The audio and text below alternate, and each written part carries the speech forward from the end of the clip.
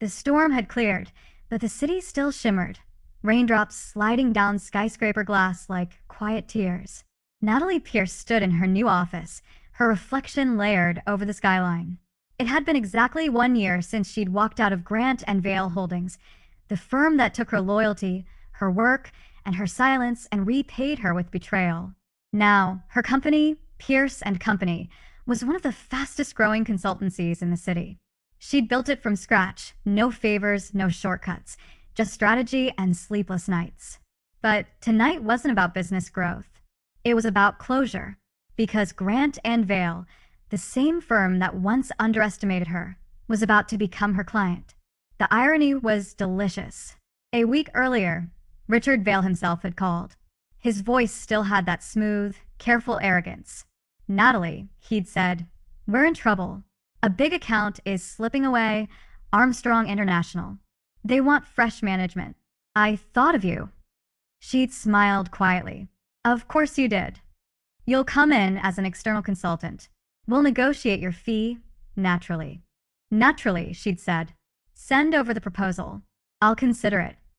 And now, here she was, walking back into the same glass tower where they'd once clapped for her replacement. The elevator doors opened with a soft ding. The same scent of coffee, the same marble floors, the same receptionist, who froze when she saw Natalie. "Miss Pierce, it's been a while." "Good to see you, Emma," Natalie said warmly. "Still keeping this place running?" The girl smiled nervously. "Trying to." Natalie's heels clicked softly as she walked down the hallway. Heads turned. Whispers followed. It was funny. The same faces that once looked past her were now watching her like she was a storm they hadn't prepared for. In the boardroom, Richard stood waiting, flanked by Ethan Ross, the junior partner who'd stolen her promotion. "I'm not back," she said, taking her seat. "I'm visiting." "There's a difference." He chuckled awkwardly. "Of course. Shall we?" The meeting began. Charts, projections, panic disguised as professionalism. Their biggest client, Armstrong International, was threatening to pull a $40 million account. Natalie listened quietly, flipping through the documents. When they finished talking, she closed the file. "Your problem isn't the client," she said calmly. "It's your arrogance." Ethan frowned. "Excuse me?" She looked straight at him.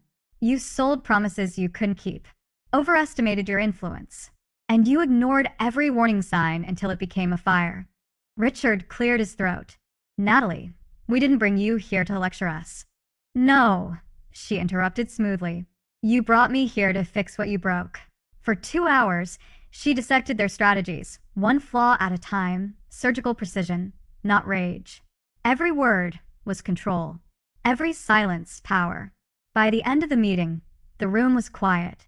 Richard finally said, "So, what do you suggest?" She smiled faintly. "Simple. "I'll handle the Armstrong deal myself. But I'll need full authority. No interference, no approval chains. I report to the board directly." Ethan blinked. "That's insane." "No," she said, standing. "That's business." 3 weeks later, the Armstrong deal was back, and bigger than before. Natalie had flown to Geneva, negotiated directly with the client, and signed a new multi-year contract. Her firm, Pierce and Company, was named as a co-consultant on the deal, a move that made industry headlines. She'd saved Grant and Vale, and simultaneously positioned herself above them. Richard called to congratulate her. "You did it again," he said softly. "You saved us." "I didn't save you," she replied. "I saved my reputation from ever being tied to your failure." A week later, she received a new offer, a merger proposal. Richard wanted Pierce and Company to join Grant and Vale Holdings. The audacity almost made her laugh. She invited him to her office, her space, her skyline, her rules.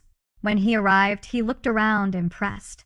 "You've done well, Natalie." "I have," she said, "and I intend to keep it that way." He handed her the proposal. A merger could make us unstoppable. She skimmed the pages, then set them down. "No, Richard." "It would just make you relevant again." He exhaled sharply. "You're still angry." She shook her head. "I'm not angry anymore. I'm done." He stared at her, as if seeing her for the first time. "You've changed," he said quietly. "I grew up," she corrected. "You just never noticed." He tried to smile. "So this is it? You're walking away again?" "Not walking," she said. "Winning." She extended her hand, polite, firm, final. "Thank you for the opportunity." Again. As he left, she turned toward the window, watching his reflection fade in the glass. That evening, Natalie stood alone on her balcony, the city alive beneath her. The air smelled like rain and freedom. She thought of the woman she'd been, overworked, overlooked, underestimated. And then she thought of who she was now, calm, sharp, in control. Sometimes, the sweetest revenge isn't destroying your enemy. It's building a life they can't touch. Natalie smiled, lifting her glass to the night. "To comebacks," she whispered. And this time, she meant it.